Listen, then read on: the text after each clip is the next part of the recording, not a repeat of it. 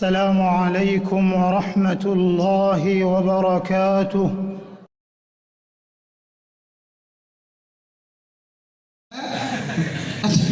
Dijalaman adunya lalu israf aja.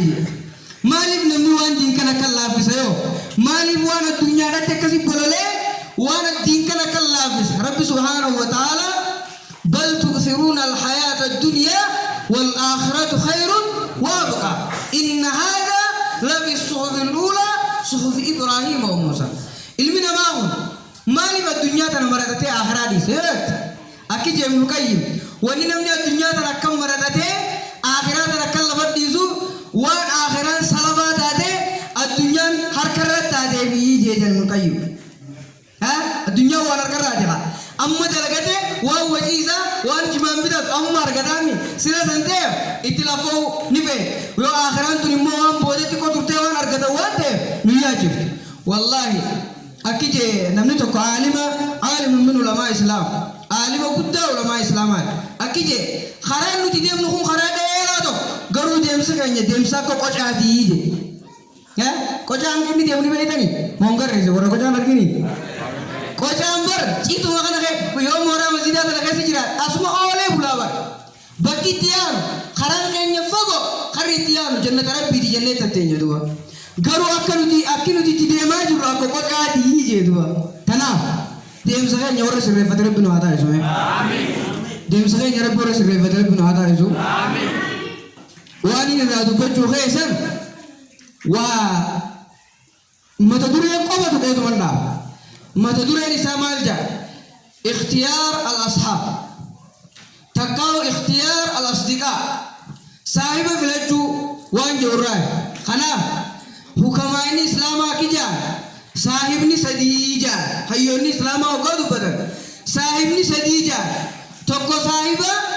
أكميجا صاحبا أكا nyata bi dugatiidha tokko saahiba akka jawaadha tokko saahiba akka maali akka dhukubaatiija saahibni akka nyaataa fi dhugaatiidha yeroo hundi itti haajamta nyaataa fi dhugaatii irraa duroomaa jira kuno eega ganama rabbiin kun bareetuma jira nuti baa irraa duroomuu hin dandeessu saahibni tokko saahiba akkanaa kana qabii jabeeffadhu jaa saahibni lammaffaadha saahiba akka jawaadha dawa namni osoo wayyaa qabu isbitaala dhaqee dawaa ni barbaada guyyaa dhukkubsate qofa dawaa isa barbaachisa kiniin limmeen guyyaa dhukkubsatan qofa tokko saahiba gaafa haajaa isaa qofa yoo ati haajaa isaa san baafte saahiba shariika sadii jaalallee akka ajaa'ibaa yoo immoo saahibummaa san wanni sun jidduu san ta'e jiraachuu baattee wanni sun dhabamte saahibummaan isaa dhabamtee jirti hanqaf yoo sun saahiba maalii miti achi fixa duba tokko saahiba akka dhukkuba namni yeroo takka itti ni haajama hin haajamu yeroo takka illee fedheetuma gaafa rabbii si fedhe si dhufa malee dhukkuba namni guyyaa tokko illee itti ni haajamu tokko akka dhukkubaatii jaa har'a insha allahu ta'ala khayrul kalaam maa qalla wa jalla ala almara irra caalaan jecha waan xiqqaatee waan deemamiif irratti nama qajeelche jaanii an sagantaa kana silaa bal iseetiin irraa haasa'uu fedhee garuu immoo akkaan fedhe sanitti laal waan jangka namas kusachuun gaariidha jaarsi ooyiruu galaa jaarsi ooyiruu galaa guyyaa tokko dhufee har'a ooyiruun nyaadhamti malee deemtuu jetteen jee jaartiin irraa ture duuba miskiin guyyaa kana hin deemtu ooyiruun nyaadhamtu edeloo soo bultaa jettee aadaan itti dhuftee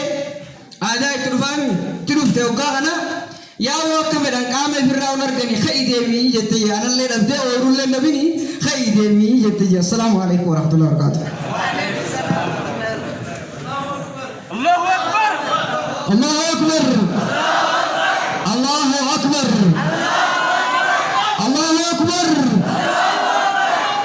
Masya Allah Jami Masya Allah ada syariat masyaallah itu